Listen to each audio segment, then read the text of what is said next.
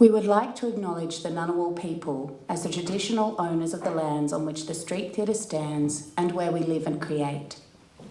We recognise their continuing connection to land, waters and culture, and pay our respects to their elders past, present and future. Good evening and welcome to the second event of the Wellspring collaboration between the ANU School of Literature, Languages and Linguistics and the Street Theatre. I'm Leslie Barnes. I'm an Associate Professor of French at the ANU and convener of the Wellspring series on the ANU side. The aim of this series is to create the space for dialogue and exchange on topics in and around the humanities and the arts. So last month at the inaugural event, we looked at the ethics and emotions of outer space exploration in a suite of 4 experimental film shorts. Next month, we'll be looking at aging and resilience in a collaborative documentary film with the Walpiri people of the Far Northern Territories. And that's on the 19th of October, 5:30. And in November, on the 23rd, we will encounter the many faces of Cleopatra in history, in Shakespearean drama, and in Hollywood cinema. So tonight's event is brought to us by our colleagues in the ANU Institute for Communication and Healthcare, Mary Dom and Laura Chin. They come to us from the linguistics side of the School of Literature, Languages and Linguistics, and their aim for tonight's conversation is to illuminate the role of gender and of communication in health misdiagnosis. Our moderator for tonight's discussion is Amy Coops. Amy is a journalist turned emergency doctor with an avid interest in narrative medicine, the social and political determinants of health, and planetary health. They are founding editor at Croaky Health Media, a public interest journalism collective, and Amy continues to write for publications, including the Saturday paper. So I'll hand it over to you, Amy. Welcome, and thank you all for coming. Yes, I would like to begin by acknowledging that we're on Ngunnawal country this evening. Great privilege to be here. My job tonight is essentially to marshal the troops, control the herding of the cats. I would like to begin with a few sort of just general housekeeping comments. Firstly being, while it may be tempting when there's such long GP waiting lists to ask for medical advice tonight, is not the intention, although we do have some excellent physicians here in the room. So please try and keep specific medical diagnostic questions to yourself. Perhaps you can bring them to the doctors outside. The second thing to say is that obviously this is by its nature an event where we're going to talk about things that are potentially going to be difficult, triggering for some people. I'm assuming many of you here, if not having direct lived experience of the issues at hand, are very interested in it and committed to change, as we all are, and that is why we're here. So we'd like tonight to be a discussion about issues, general principles, drawing on some of the experiences of the people in the room. Much appreciated in the interests of keeping everyone on the same page and not upsetting, potentially people in the room who you aren't aware may have had traumatic things happen to them. If we could just try not to get too much into detailed questions, please, rather than comments and not massive prefaces of things that are potentially traumatic. If you do feel upset or something is starting to bother you, we have got the lovely Jessica, who's in the back. She is a social worker and counsellor who has experience in health and trauma, and she is very happy to talk to anyone. So if you'd like to make yourself known to Jessica, or just walk out at any point and give her the look or the hand gesture, whatever's going to work for you. You can't miss her. She's wearing amazing flowery pants. So please take up Jessica's services. The other thing to mention is that this is obviously, lived experience is a very important, and I would say probably the central part of, solving this problem. And everybody in this room, including the clinicians, has stories about things that have happened that should not have happened as they did. We would really like you to all share your stories. Tonight's not probably the appropriate forum, but there is the federal government is currently running an inquiry into gender bias, and if you would like to take your stories there, we would highly encourage you to do so. You can just Google "end gender bias, Australian government" or something like that, and you'll be able to find it. We were just discussing before we started that there's been so very many people, like 4,000, did you say, submissions to the birth trauma inquiry, and apparently that's very surprising to the government. I don't understand why, but it would be great to see, you know, similar volumes of people taking their stories to the government, and we're only going to get change through telling our stories. So I'm going to begin by introducing everyone. First, to explain how the event's going to work, I'm basically going to introduce everyone. Each person's going to have 5 minutes, guys. They're not going to talk for 5 minutes to answer a question. We would love for you to also bring questions. So there's microphones in the aisles, one there, and we are also very happy to bring a microphone around to anyone who's not sort of able to get up. Just raise your hand and we will bring the rovers around. Okay, so without further ado, shall we begin? I'm going to introduce everyone. So this is Jen. Jen Morris is a patient safety advocate and survivor of multiple serious diagnostic errors. So Jen's here tonight to bring us the patient perspective, and particularly drawing on her roles as a patient safety investigator, researcher, educator, board member, and a patient perspectives advisor for many organisations, some of which she's already alluded to this evening. I don't know how she has time to sleep, let alone get all these things done. Right down the end, we have Anna-Greta Hunter, who is a cardiologist and physician with a strong focus on patient-centred care and preventative medicine. She's a Human Futures Fellow in the College of Health and Medicine at ANU, which is an interdisciplinary role combining interests in wellbeing and social policies and the challenges of climate change. In the middle, in the rad pelican dress, we have Marissa Mengeros. She is a GP in Canberra and an experienced medical educator with the RACGP. She's been involved in GP training for 13 years, and she's passionate about doctors' health and wellbeing, changing medical culture, women's health, clinical reasoning, and reducing diagnostic errors. And something you may not know about Marissa, which is delightful, is she worked as an international cruise ship doctor for 2.5 years. Disgusting. We were meant to have Darlene Cox with us tonight, and unfortunately she's sick. So the lovely Kate Gorman has agreed to step in, also in a fantastic dress. The rest of us missed the memo about the bird. She's the Deputy Director and Manager of Consumer and Community Participation at Healthcare Consumers ACT. And Kate has particular interest in consumer and carer advocacy, health infrastructure, and human-centred building and system design and health literacy.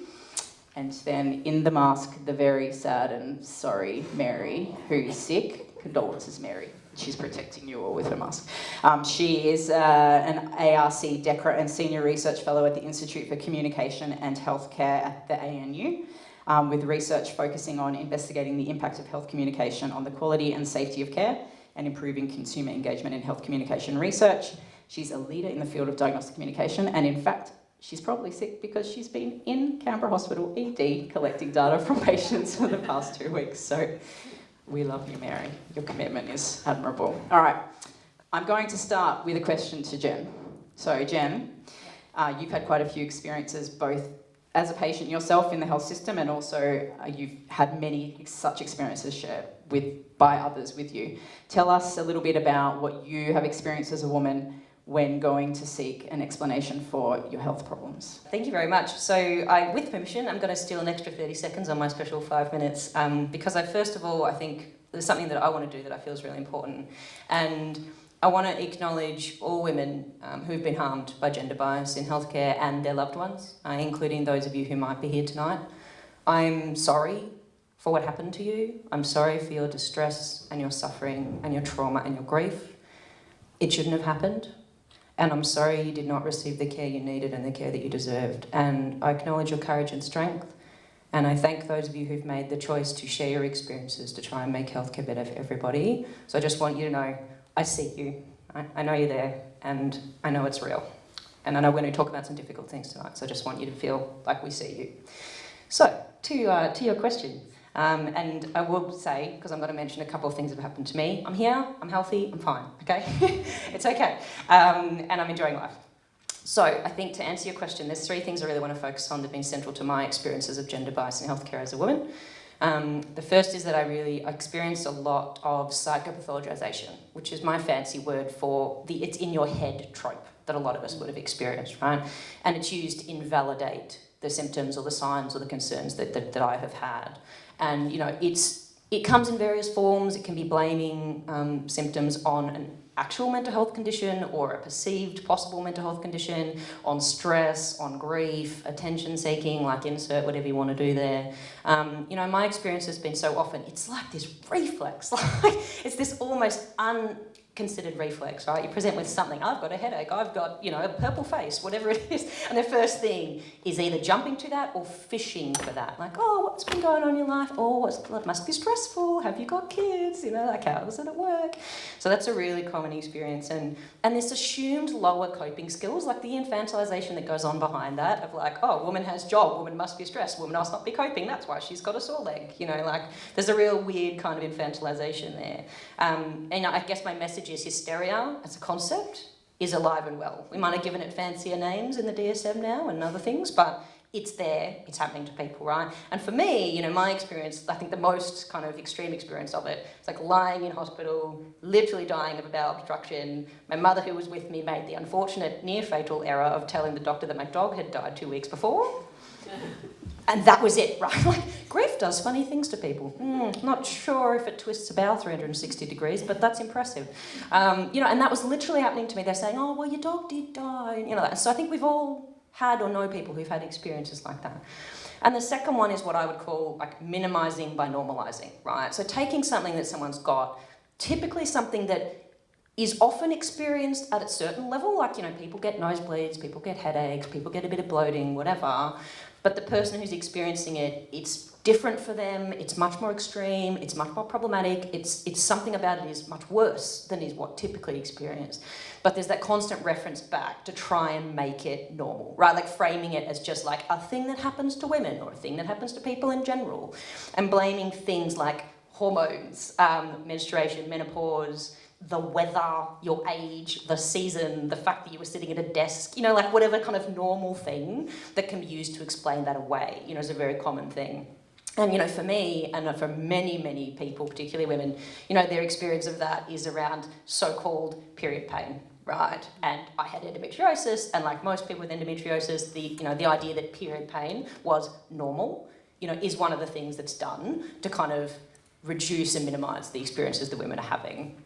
And the third one that's been really common for me, I've sort of loosely called it patient blaming. And this is where you're attributing symptoms to something that the clinician perceives, rightly or wrongly, to be entirely within the patient's control, right? So lifestyle stuff, kind of choices, diet, exercise, incorrectly, body size is put in this category of being under people's control. Just to be clear, I don't believe that to be the case, but it's often put in that category.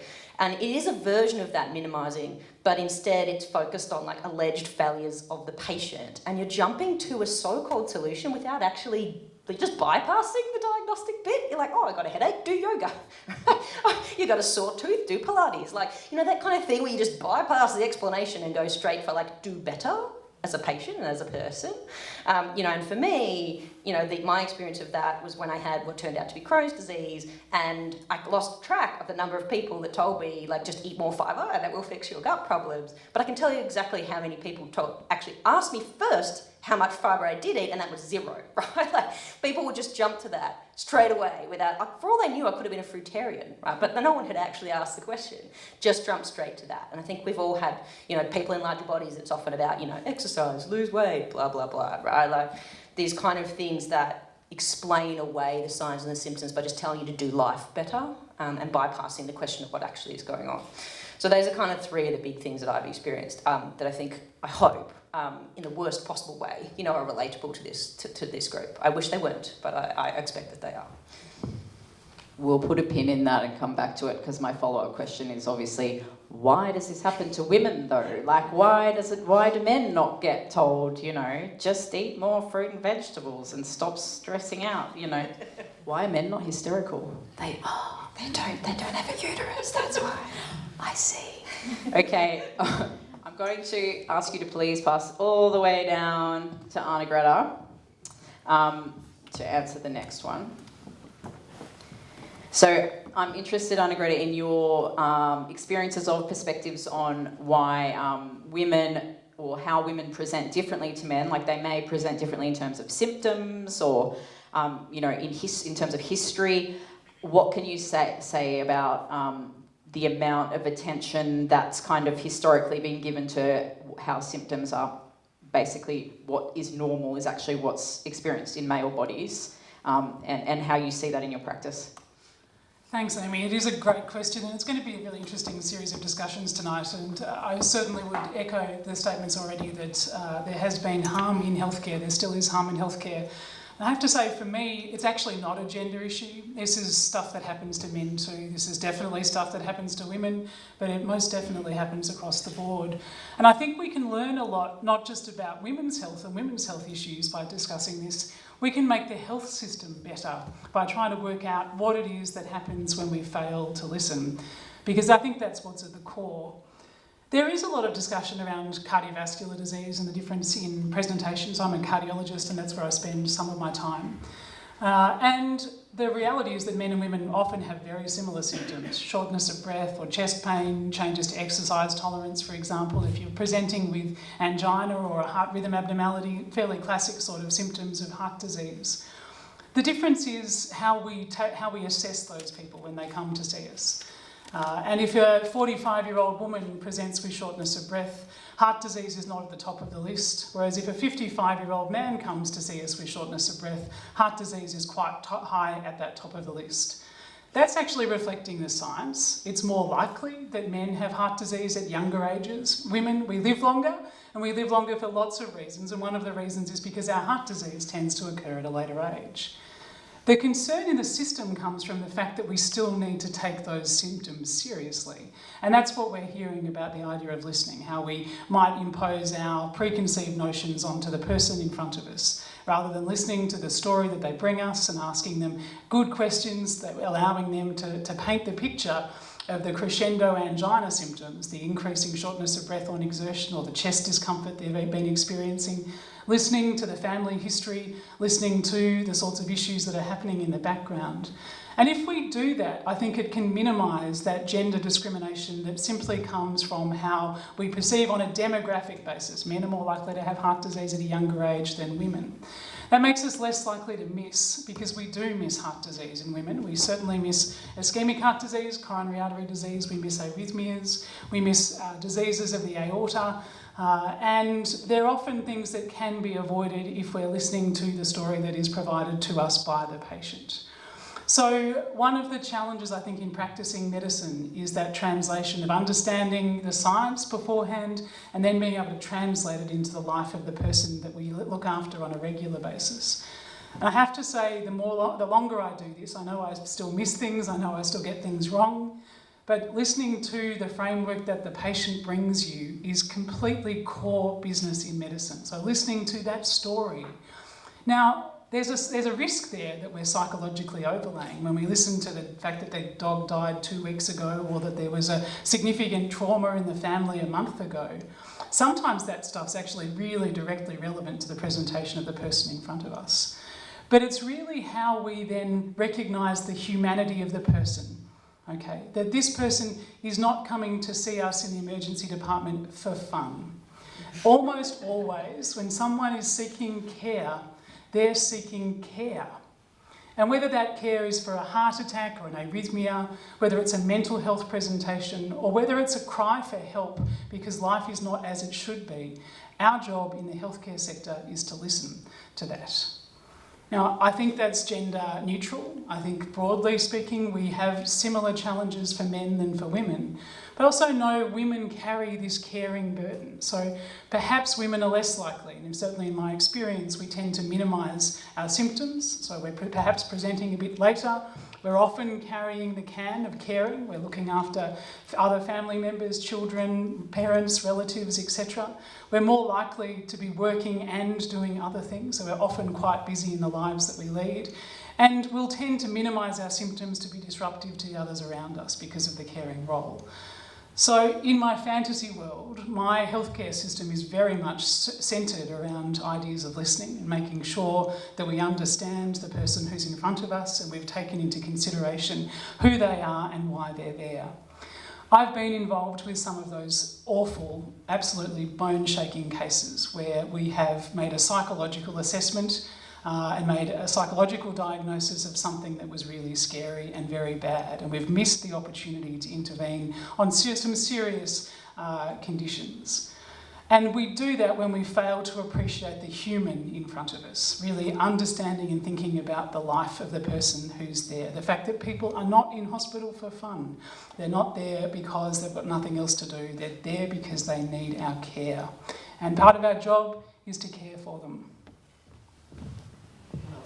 I would just like to, I'll put a pin in this as well. I feel like I'm doing a lot of pins here, but I'd like to come back to the question of like, how does our system, 15-minute medicine, and maybe Marissa can speak more to this as a GP, but like our system actually is fee for service. It's like, it's all about throughput. How do we fix this problem that you're talking about, this very wicked problem of like people need to be heard. It takes time, but the MBS is not structured in a way to prioritise care. It's not about time, it's about priority, okay? And this is Mary's work, and I keep quoting this, but if you listen, it can be 30 seconds of extra listening. It's actually not about time, it's about how we prioritise.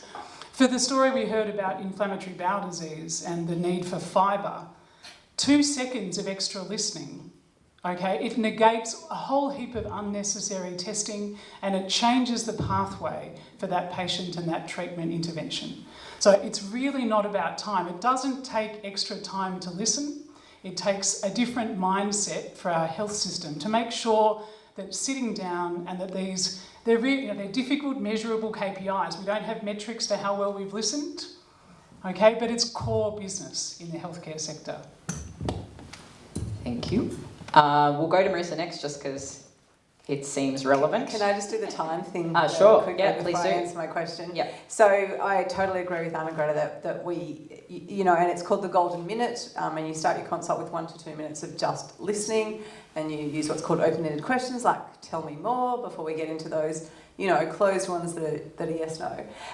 But the other thing that I've done is I recognise that I cannot practice 10 to 15 minute medicine as a GP, and so I structure, and my clinic supports me in structuring my books that I have more time available to see with patients.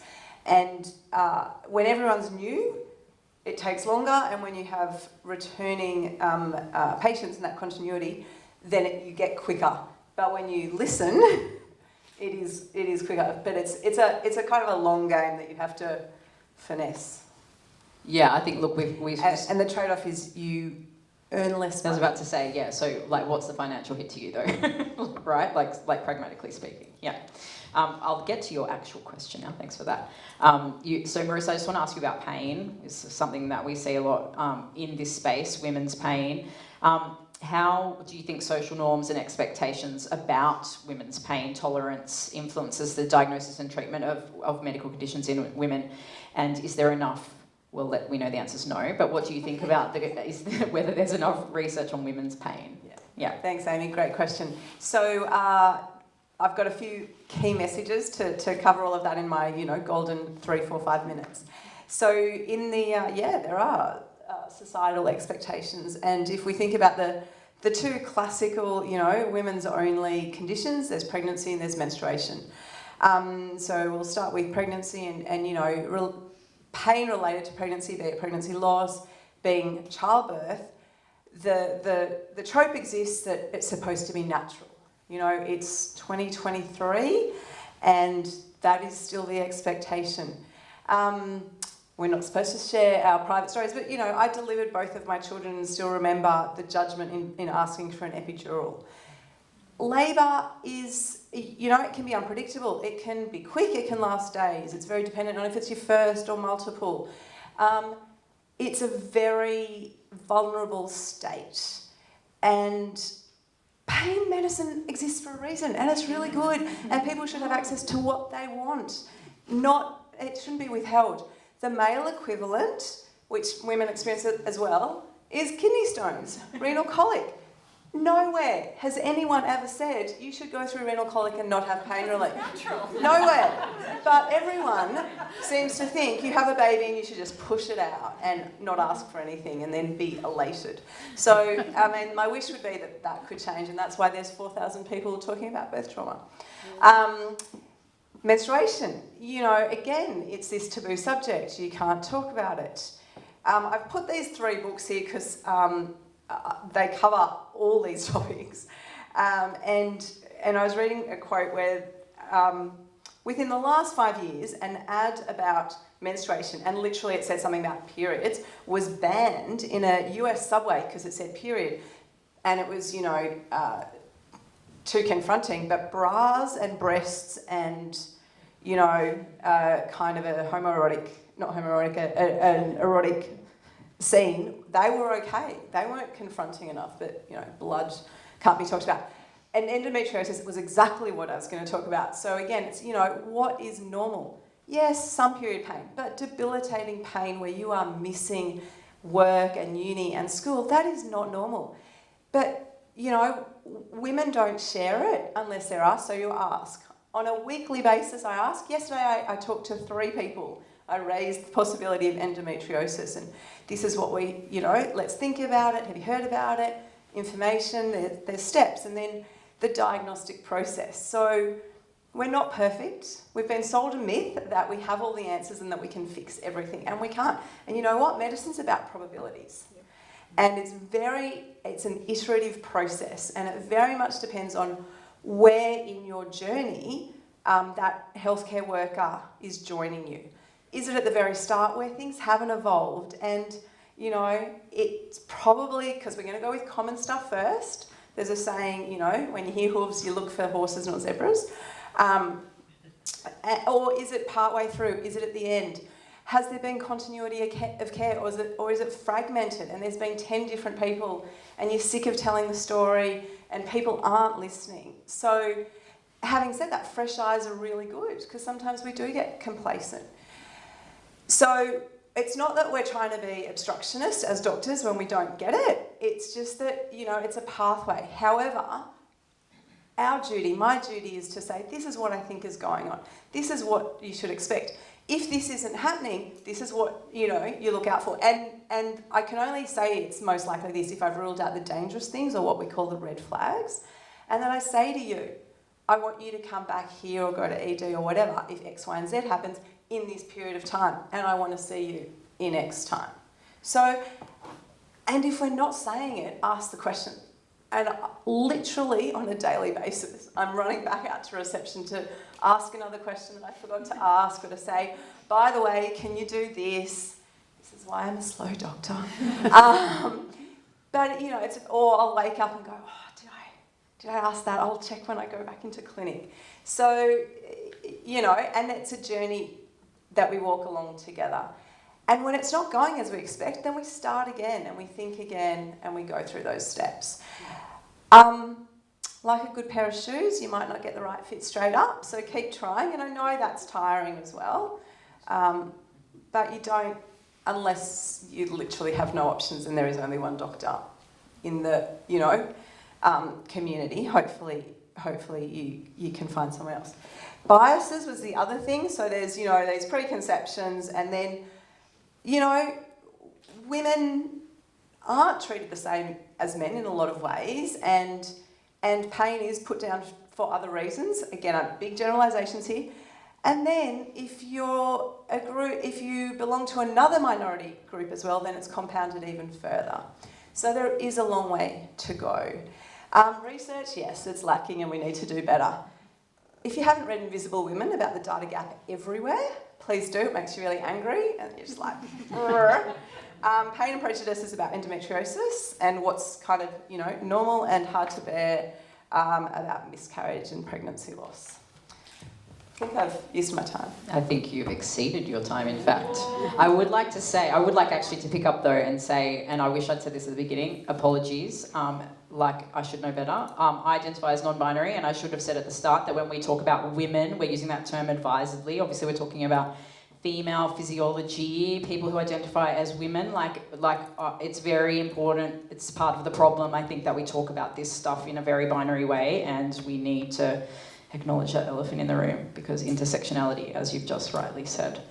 All right, I'm going to ask the lovely Kate to answer a question, which was originally going to go to Darlene, but I'm sure you're going to smash it out of the park. So patients, especially vulnerable groups, are often judged by the way they talk or look, and Jen's kind of alluded to that a little bit already. What role do you think that these kind of biases and judgments play for women seeking a diagnosis, and what have you sort of heard in your experience? Okay, so, I guess in thinking about this question, and I should point out here that the knowledge that I'm bringing to this group today, I'm not a medically trained person like some of my colleagues here. I work for a consumer organisation, and so where I draw my thoughts from are the stories that people come and tell us, both kind of individually about their experiences in healthcare, but also our colleague organisations that support communities, different communities of people. So thinking about what role does bias and judgment play for women seeking a diagnosis? My thinking was split into the before, the during and the after of seeking a diagnosis here, really, because I think to start off with, bias and judgment, they don't just come from healthcare, of course, but one of the things that happens for women, I think, is bias and judgment stop women getting in the door of healthcare to start off with. So sometimes they're not even there to struggle with their diagnosis. They're actually not there because they, are not, it's their background, perhaps their community they belong to, the condition that they have, the body that they're in. They've either experienced bias and judgment already, and it's stopped them feeling comfortable to go and get help when they need it, or they have some shame, they have some stigma and it's not necessarily come from healthcare. Perhaps it's internalised shame and stigma, but it means that they put off getting the care that they need. And there's other reasons that women tend to put off getting the care they need too. I think Anna Greta, you mentioned being a carer, and women having those kind of roles also get in the way of seeking timely diagnosis.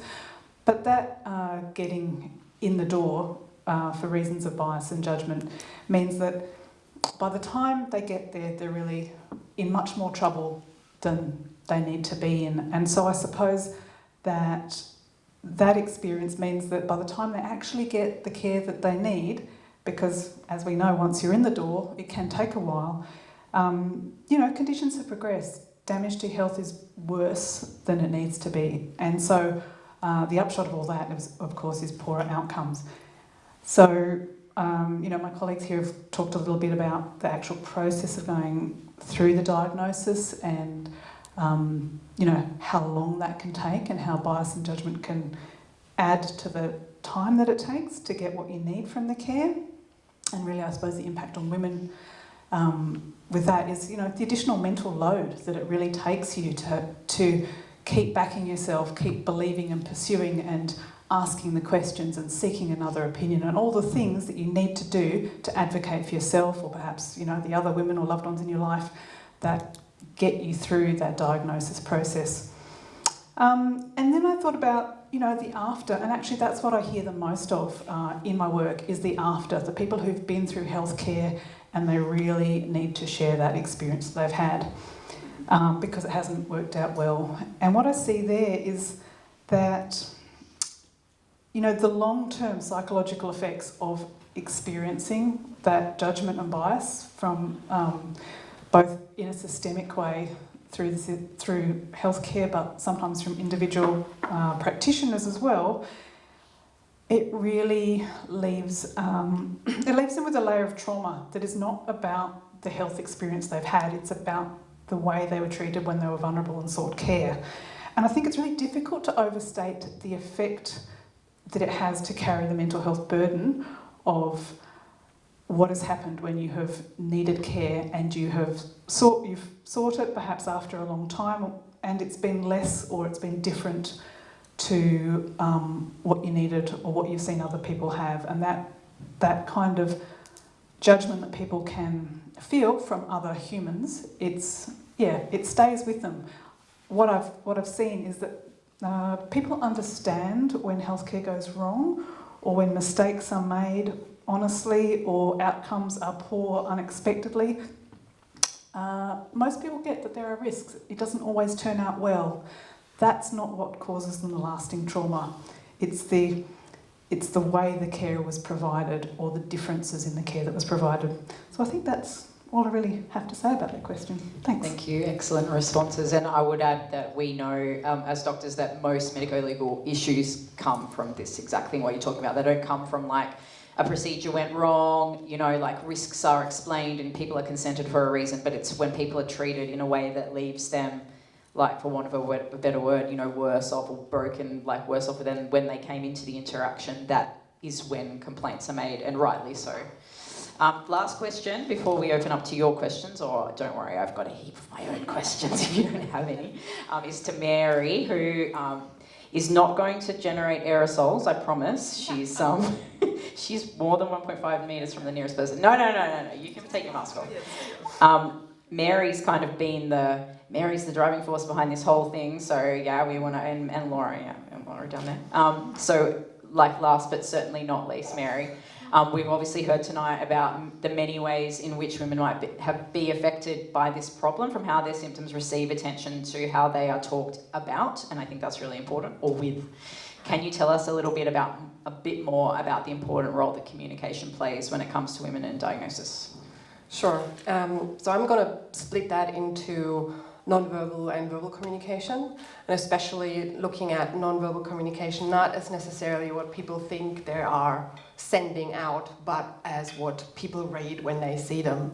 So that often sort of coincides with the biases that we've talked about. So if you walk into an emergency department and you're a skinny, tan, young woman, you fit the epitome of the stereotype of what a healthy young woman should look like. And indeed, you might be having an Addison's crisis. And that's what you look like when you have an Addison's crisis. You lose a lot of weight and you get really, really tan. As funny as that sounds, when you then read a coroner's report about a young woman who died after she's been seen by various GPs and had been presenting to emergency department, where her physical appearance was noted as unremarkable, then you see how nonverbal signals that just your body or your clothing sense can really make an impact. The other way that works is often in terms of what your physical appearance is. If you are overweight, often it gets put down to the weight that you have. So you might walk in limping because you had a fall.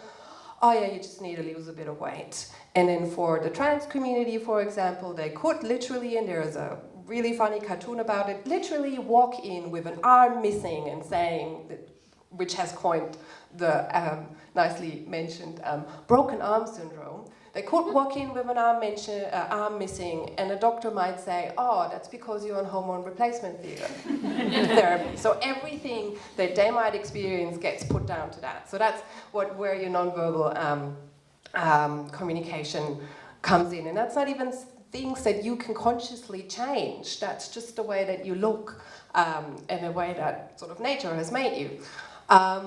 Or not nature. But in any case, the other thing I wanted to talk about, and it has been mentioned here before, that comes into play is the listening.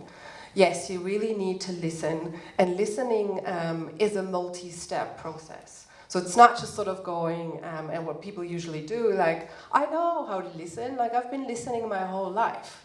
Yeah, and you know when you listen to someone, and you know when you're like, oh, I have to do this, I have to do that, and oh, your mental load kicks in. And I'm not saying that clinicians do that when they talk to their patients, but it's a different type of listening. So you can listen to someone say what their problems are, but the next steps to listening really are mentioning or naming what you have heard. So if someone tells you an emotion or tells you they're really frustrated, or even just the step of coming there for what's deemed normal period pain, that needs to be acknowledged. Not everyone just goes up and goes to the doctor. There might be a very few people that go to the doctor because they like going to the doctor. But I think the majority of us, it takes time, you spend hours in the waiting room, even if you have an appointment, sorry Marissa, but you actually spend time with them, so that's good. Really what you want is that someone acknowledges why you're there. So there's this concept of the sick role, where you change from being a normal person to a person that's seeking care.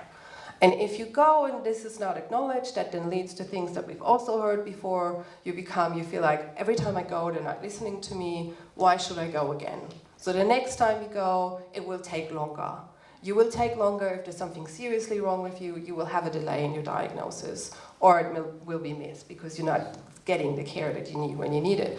So listening really is listen to what is saying, naming what has been said, acknowledging that this is an issue for the person, and then reassuring them.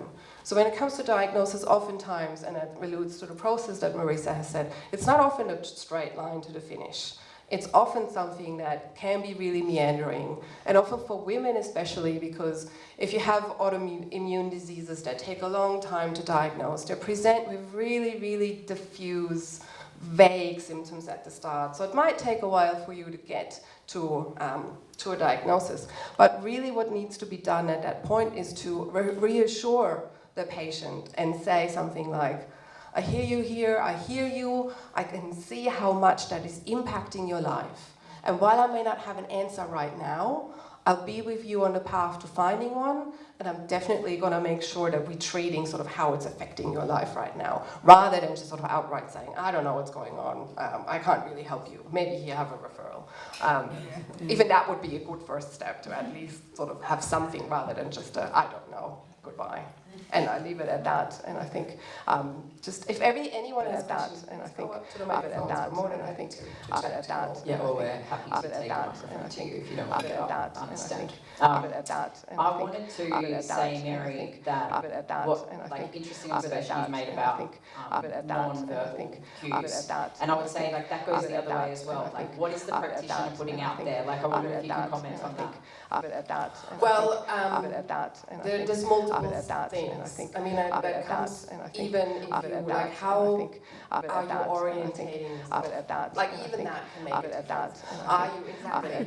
There's research where it actually sort of says where your feet point is where your attention is. So if the feet still pointing to the patient, apparently patients feel fine. If the feet, the feet are pointing to the computer, you've disengaged.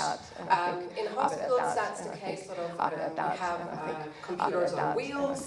Are you standing behind them when you're seeing the patient or not? Are you standing at the end of the bed, facing the patient?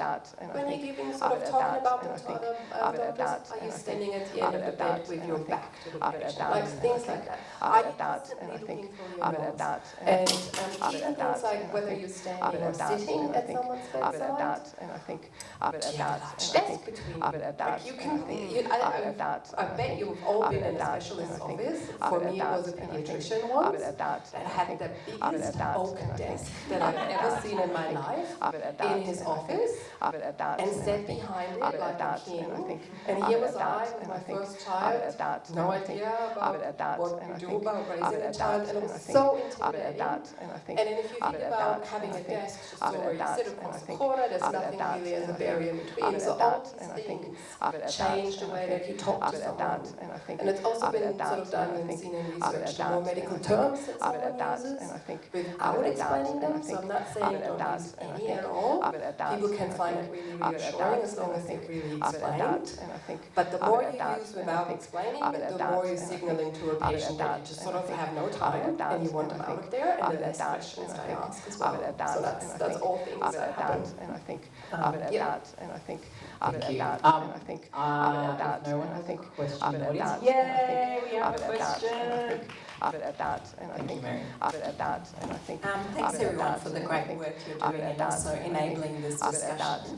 The question I wanted to, go back to something you've commented on, it's the listening and being heard. So I come from a culturally linguistic diverse background. It's about my mum. Okay. Her English is okay. But what I find is quite interesting is she's not being heard. And as a result, what concerns me is not just the not being heard, then she relies on what I call the auntie network. Yeah. And then they diagnose each other. There's someone's pushing some homeopathy. And the most recent conversation I had a couple of months ago, she was saying, oh, such and such, they were just not getting the right treatment. But such and such's daughter went to India, has brought back some homeopathy. He's taken it, now he feels great. So I don't even know whether homeopathy was how I was diagnosed, whatever. So what I'm interested in finding out is, what sort of viewpoints you're getting, what are the touch points with that culturally and linguistically diverse? I'm gender biased, I'm focused on women, but I have to admit there's third class to some men there as well. So would be interesting in your views on that. I'd actually really I love that question, I love it so much. And I know that just opens my mind to thinking about the impact of age. And I know that that's one of the things I commonly see is this remarkable discrepancy in how we look after older men and older women.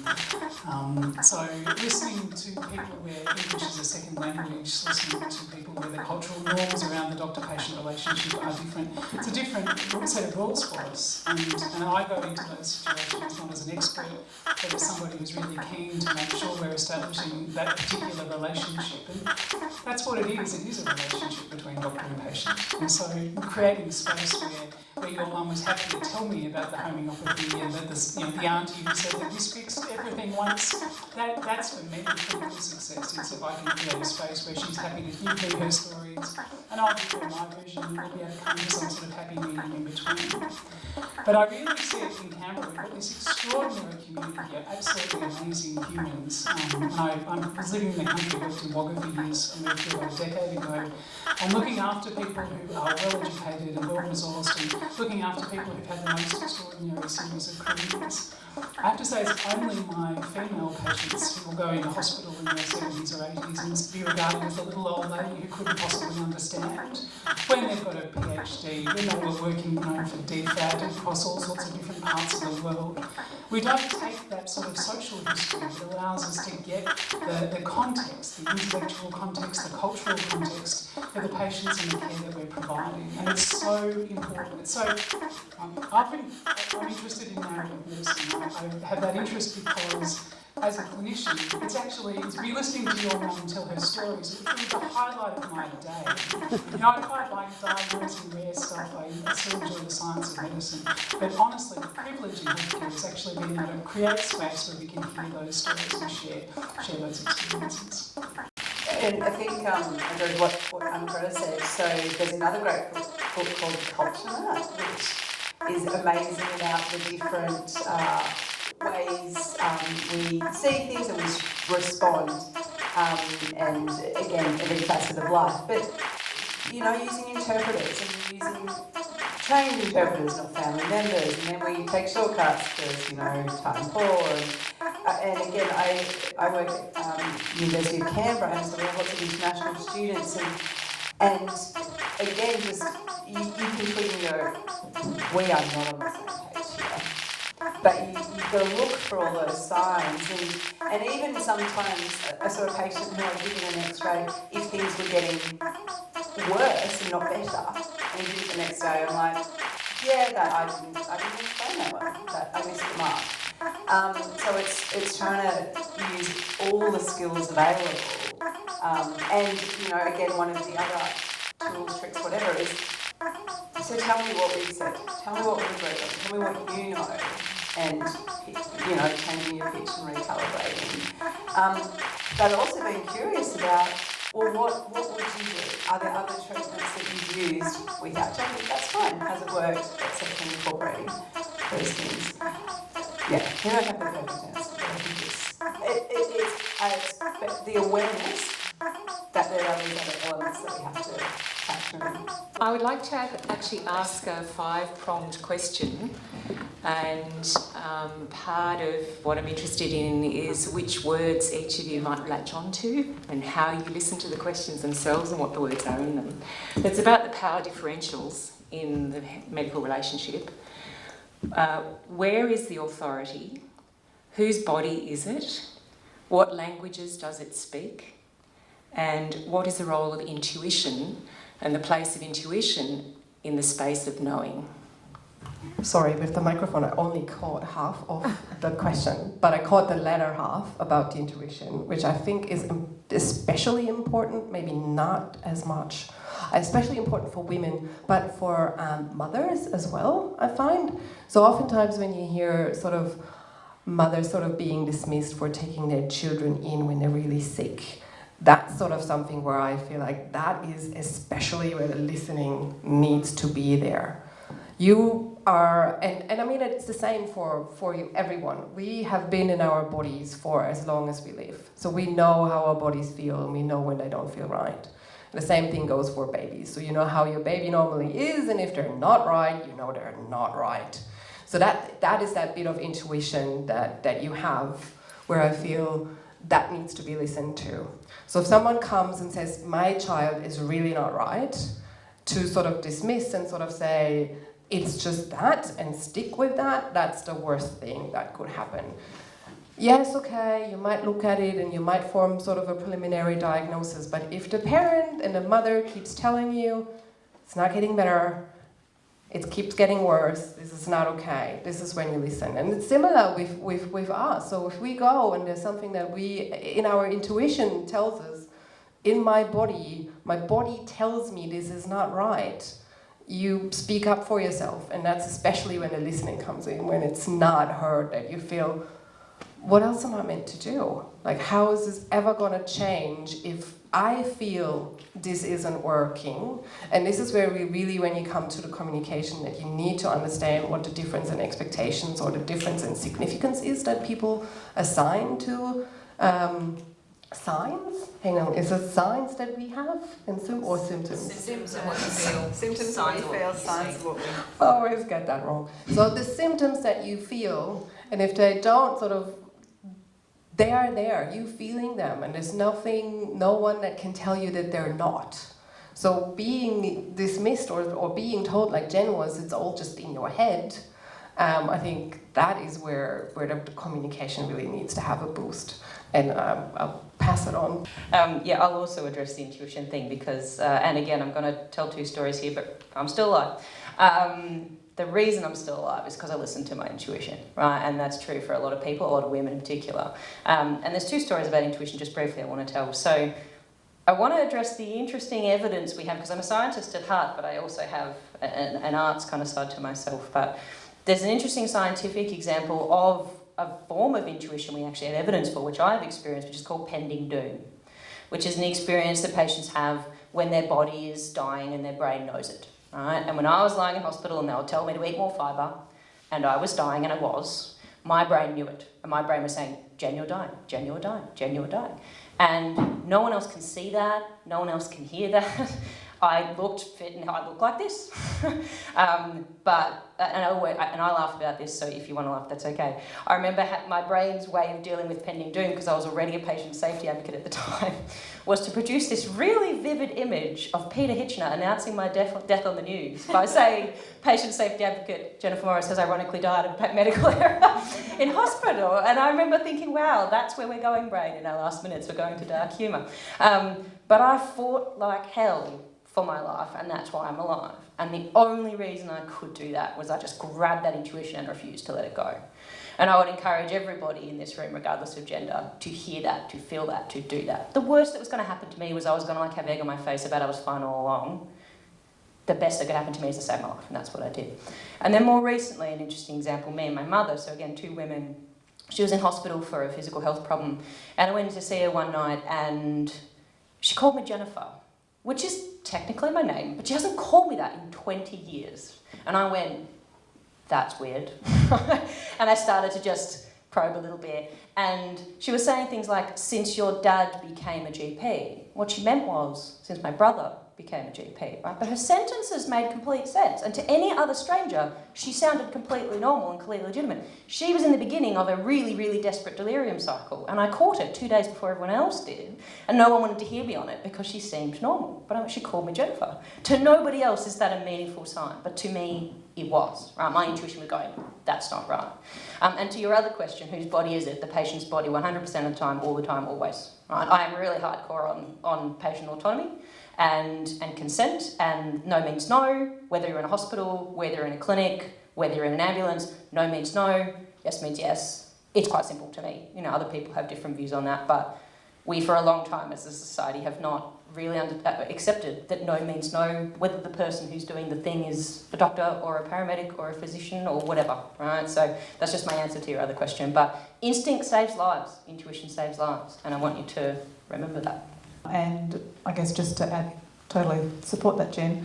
And just to add to that, you know, yes, we are people seeking help, we need help, and yes, we don't have medical expertise, but we need to own the fact that we are experts in our own bodies, we are experts in our own lives, and that is a precondition of us being successful advocates for ourselves. And so without really backing ourselves in that way, you know, we can't do the advocacy we need. I concur with everything, and I'll often say that to people, well, you're the expert in this.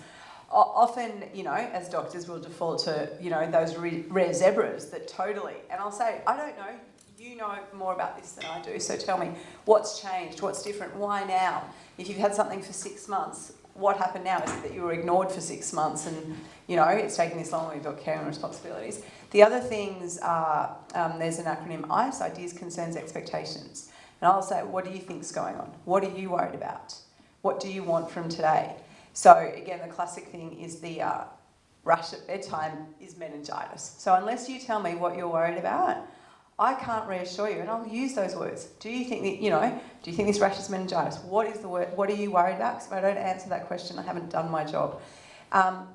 And, you know, I remember one guy coming in with abdominal pain, and his friend had been diagnosed with cancer, so he had joined the dots of all these things and he now had cancer. And unless I can understand your fears, I can't take them, I may not be able to take them away, but address them and work through, you know, why I'm thinking this. And that intuition from the parent, trust the parents. Always trust the parents. Totally. You know, now we've had to have a whole bunch of rules named after people because, you know, we haven't listened. I would say, like, someone who's relatively recent, like, close to medical school, closer than some of the rest of you, like, we certainly were told, like, if a parent brings a child to the hospital, you need to be worried, like, regardless of how well they look, like, you need to take that seriously. And I always tell parents, there's no, like, please always come, like, we never are not happy to see you, like, giving reassurance is also therapeutic, right? Yeah, I wanted to ask about training and, you know, new doctors, like, this is where we are going to fix this problem, right? And this is where this problem keeps happening, arguably. Like, and I definitely saw it in medical school, like, just the way that certain things are taught is very, very stereotyped and very, very, you know, like, gay people, like, has to be in the AIDS module, like, we can't have gay people in, like, just, you know, having a heart attack or something, like, do you know what I mean? Like what are we going to do about this, and what is your experience, because you're obviously working in this space, like, yeah, what are you noticing? Look, I can't, yeah, it's hard, isn't it? There are so many so deeply ingrained stereotypes that are really hard to change, and it's that slow and steady. You know, it's a marathon, not a sprint. It would be good if it was a sprint and you could wipe it all out and start again. But I think role modelling is probably the most effective method, and so, you know, you will all probably remember that stellar example. And the other thing I say to trainees, there is always something to learn, even if it's, this is not how I'm going to practice medicine in the future, because that is an equally powerful, if not even more powerful lesson, really. You know, I remember watching a doctor standing there examining someone with his hands in his pockets and that non-verbal, and I'm like, what message do you think? And I tried to unpack why he did. Wait, Because how was he touching someone with his he hands was- in his pockets? he was listening to someone with a stethoscope. Oh, I'm going to have to put the mic down. Like this. I'm like, what? He goes, I didn't know what to do with my hand. And I just thought, I'm like, okay, it could be Probably seen putting this it in way. your pocket's not the ideal thing No, to do. and I think, and again, I think some people do things unconsciously out of nervousness, and there's not a malicious intent. And there is, you know, when you're saying we are thinking so many things, we're listening, and you're trying to capture all those keywords because someone comes in, they gives you 10 different symptoms, and your heart's sinking, going, these are all serious. How am I going to put them all together? But you're like, well, could it be this? Could it be that? I've got to rule things in and out, and so trying to dull that and not make a mistake. And there's a big responsibility, like the fear that you can do harm and that you don't think of something, you miss something and someone dies. That is a big responsibility. So having the knowledge, how do you communicate properly? We should do this, and that pressure of, you know, being perfect and, you know, being overworked and tired. So there's so many elements, and I think probably the biggest thing is we're not going to know it all. We need to be able to ask for help. So medicine actually has a long way to go with culture change in terms of we're human and we're going to make mistakes. And how we deal with those mistakes is really the telling. So when you don't know, ask. So the culture of learning by humiliation should be well and truly over. Sadly, it's not. And so, you know, that's probably the first, and that's where those role models need to come in. And, you know, failure is a first attempt in learning. And so we as the more senior and secure people have to go, hey, this happened to me and I made this mistake and this is how I felt. I felt terrible, but this is what I did and this is how I sought help. And build your network. You know, yoga and resilience are dirty words, and clearly we're resilient individuals to get through med school and junior doctor years and stuff, but there's got to be no shame in it. And we actually cannot know all the answers. We can't. The body, there's like 15,000 diseases, and the body, you know, responds in about 100 different ways. And we need computers, we need the AI, we need to look stuff up. And I'll just go, oh, things change all the time, I'm just looking this up and let's talk through this together. So is that enough ways to try and change? Yes. Jen, and then I think Anna wants to say something too. Yeah, really just to build on what Marissa's saying. So I'm making a very feeble one person at a time attempt at doing this. I'm actually from Melbourne, and I'm working with some universities down there who are running programs with third-year medical students, so, you know, sort of midway through to latter years, working with actual patients, in this case myself, to do fake consultations. And the reason I've joined that program is to help them to practice 3 important words, which is I don't know. Because every other patient in that program, and not diminishing their contributions at all, you know, have much more common and well understood conditions, where I am the zebra. My version of that phrase, because I don't agree with it, is if you hear hoofbeats, look around, you might be in Africa. And just look around the corner and see.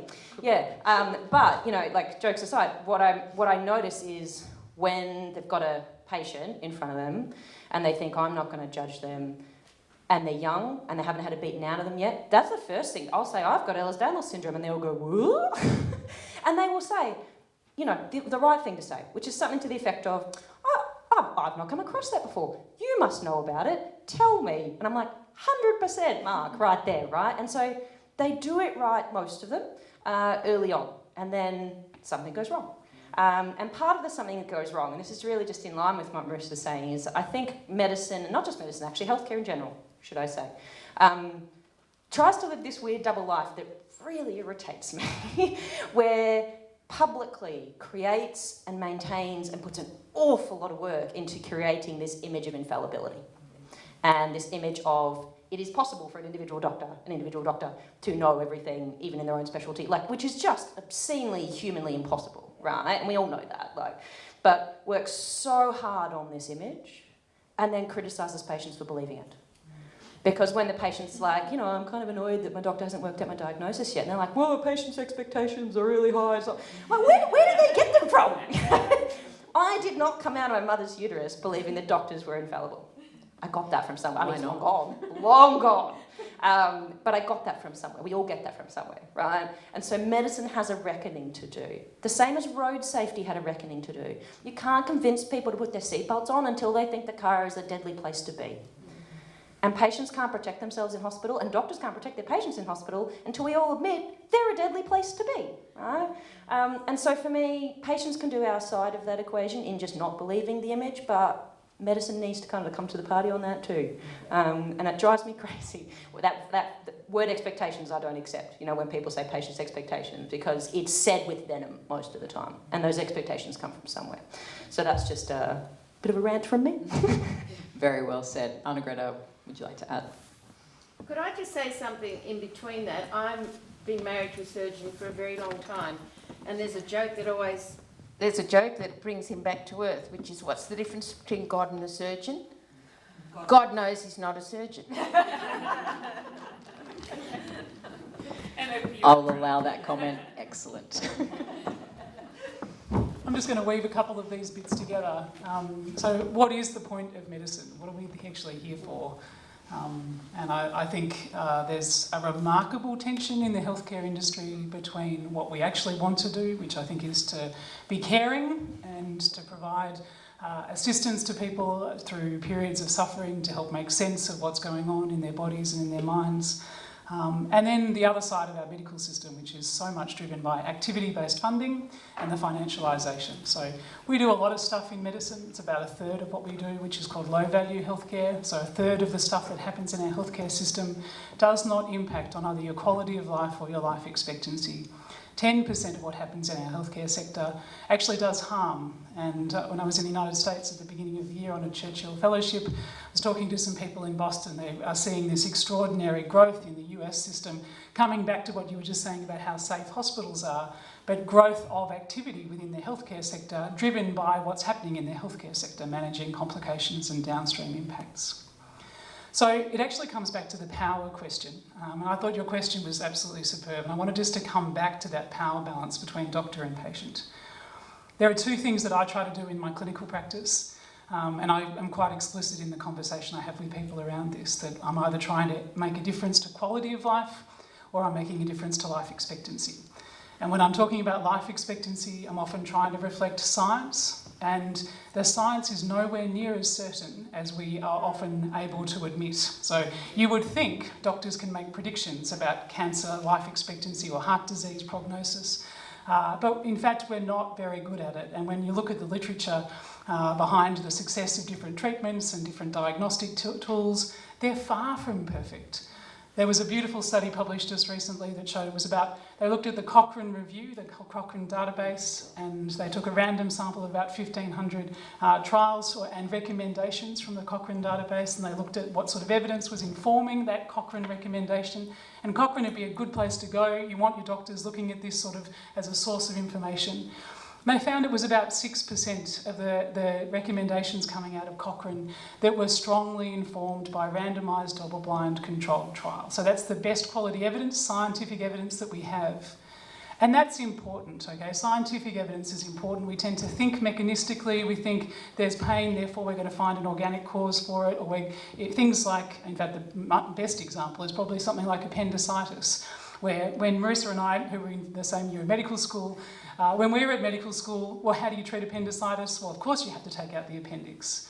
But in fact, as time goes on, we've challenged some of those norms, and some people will have an appendicitis which is uncomplicated and treated with antibiotics, not requiring surgery. So, as a cardiologist, do you need a coronary stent into your blocked up coronary artery? No, there's no good scientific evidence for that.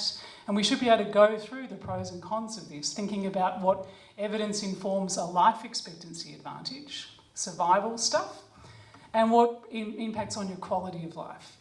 Quality of life comes back to that power relationship and actually being able to provide space where it's your body, it's your life, it's your experience. The priorities can't be defined by me as the physician, but have to be defined by you as the patient.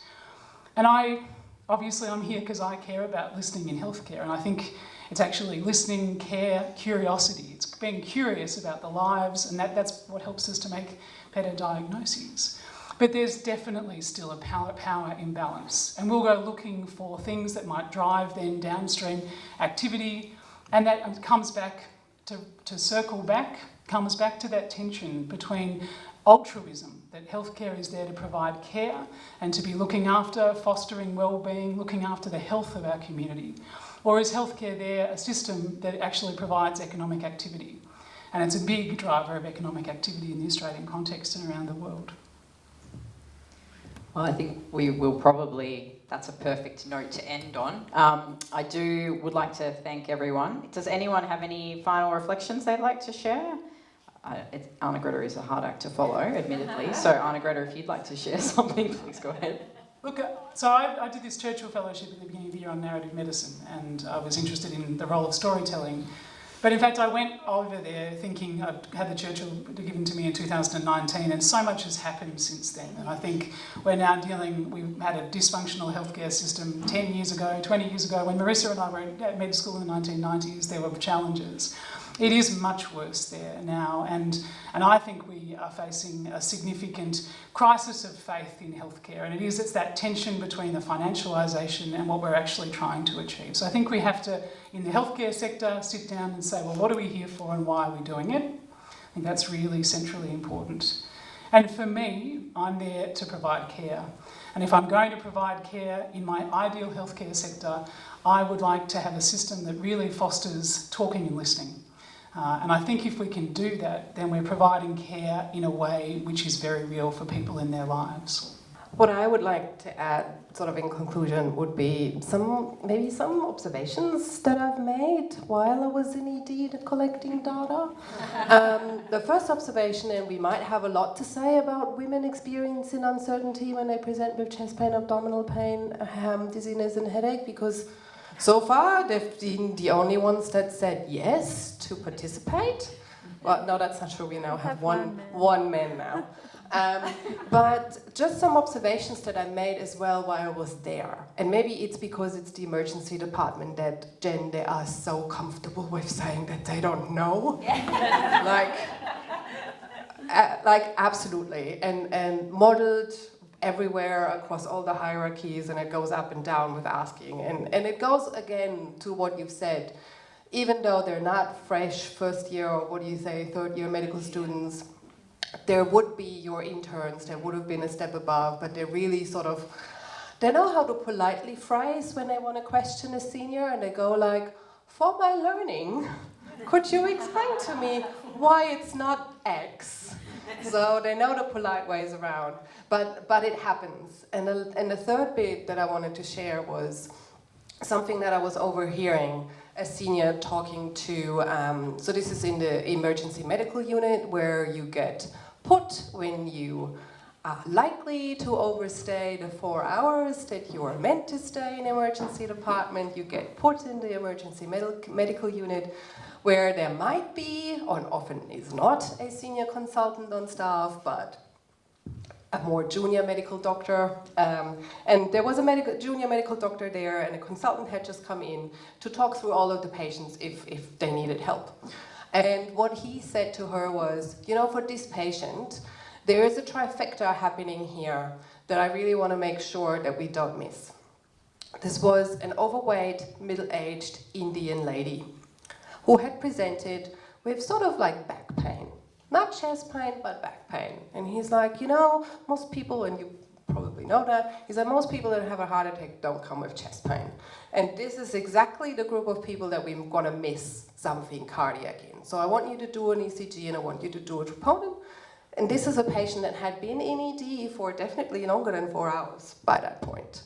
But he sort of wanted to make this a teaching moment to explain to her I didn't have my camera on. He had seen me before. He knew why I was there, but it was sort of a genuine thing. Like I was looking after something else. So he didn't just do that for show for me. He really sort of went and said, "It's trifecta. This is the type of things we miss and we don't want to miss." And he really sort of went, because that is what happens at the intersection.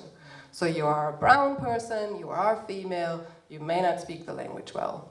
And this is people that you don't want to miss. So there is things happening. And I'm also really happy to see that there's a lot of medical students in the room. So thanks, guys. Yeah, I think Anna-Greta's comment about this crisis in healthcare, the system, there are lots of systems issues that need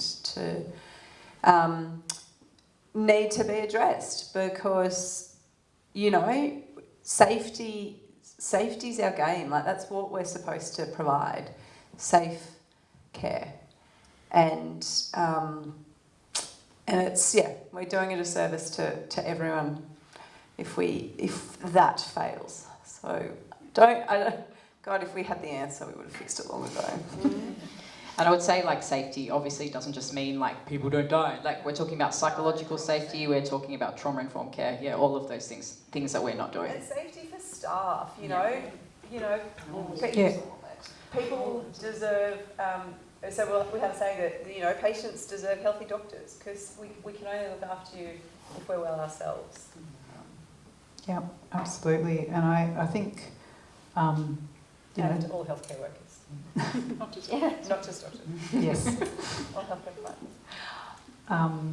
I don't have the answer to fixing the systems either, but I do absolutely agree that more listening systems, you know, a building in of a culture of listening and power sharing with patients and acknowledging that expertise that they have.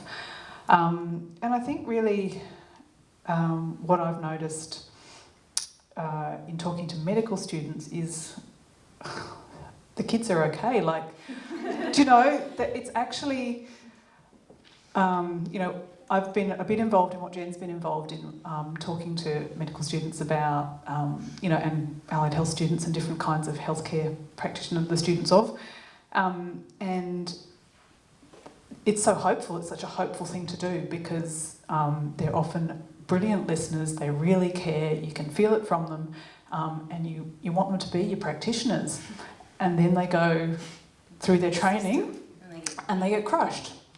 And you know, you see them kind of come out, yeah, they look like they're going to be amazing, and probably some of them are if they can survive what they then go into. But they then go into kind of entrenched cultures that are not healthy, and again, not healthy for the practitioners. They burn out. You know, we've got crisis of workforce. Yeah. So I guess, I don't know what I'm really saying here, but I feel like, you know, we're not struggling for brilliant, committed, caring young people coming in. We are struggling to get the systems that they're going into to reshape themselves and share the power, both with, you know, and change the culture and the way they do things, both with their workforce coming in, but also, you know, with the patients that they're seeing. No answers, just thoughts. I'm going to just do a bit of cheerleading, I think, is what I want to do, to a couple of different groups here. So first of all, for those of you who are clinicians or student clinicians or who are going into that kind of side of things, you have to talk about this thing. And that's going to be my advice to everybody, regardless of being clinicians or not. We break this thing by shining light on this thing, right? You look at what happened with domestic and family violence, right? It needed some really, really big, powerful light shone on it, but it needed 22 million people to talk about it with the other 22 million people. And so when you go back home tonight, when you go to uni tomorrow, when you go to work, when you do whatever, I want you to tell people what you were here for. I want you to talk to people about these issues, and I want you to keep doing that, right? Because there's a small percentage of people out there who, despite being told about this, will just flat out deny that it exists. But for most people, it's just not a thing, right? Haven't thought about it, haven't talked about it, think it only happened to them, think it only happens to, you know, the women over there. We need to shine light on this thing, and we do that one person at a time, and we create a social change, right? So the clinicians need to do it. The everyday other people who have other things they do with their lives here, like myself, need to do that. And the other thing I really want to kind of highlight is just I know just statistically, and because you're here, that there are people in this room who are going through the worst of the hell of the problems we've been talking about at the moment, right? Seeking a diagnosis, going through healthcare, whatever it is, with whatever's happening. And I just want to tell you, you're worth fighting for.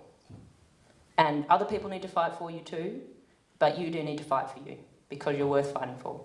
And whatever that looks like, you know, and for a lot of women and girls, unfortunately, doctors can block their ears here, but one of the things, the advice I give to you is sometimes you need to turn down the dial on the nice and turn up the dial on the fierce, and that's how you save yourself, right? And I'm not talking about being incivil. You know, we treat people with respect and we don't get violent, we don't get abusive, but we are conditioned to be nice as women, and I mean that in the deferential kind of version of nice. Kind is a different thing, right? Sometimes you've got to turn up the fierce a bit. If that means asking someone to justify themselves, if that means asking questions, if that means ditching the GP you've had for 20 years because it's not working anymore, their feelings don't matter as much as your life and your well-being does, right? I know it's hard, I know it sucks, and if you know someone going through that, and you know, please support them. If you are going through that, look for support in other people, and if you're not a woman, tell the women around you that you believe that this is real and you believe them, because that's what they need to hear, and they need that support from you. So that's my last message for tonight. The revolution is at hand. Everybody take to the barricades outside. Thanks so much for coming. Thank you especially to our fantastic panel. They were awesome. Please join me in giving them a hand. Yeah.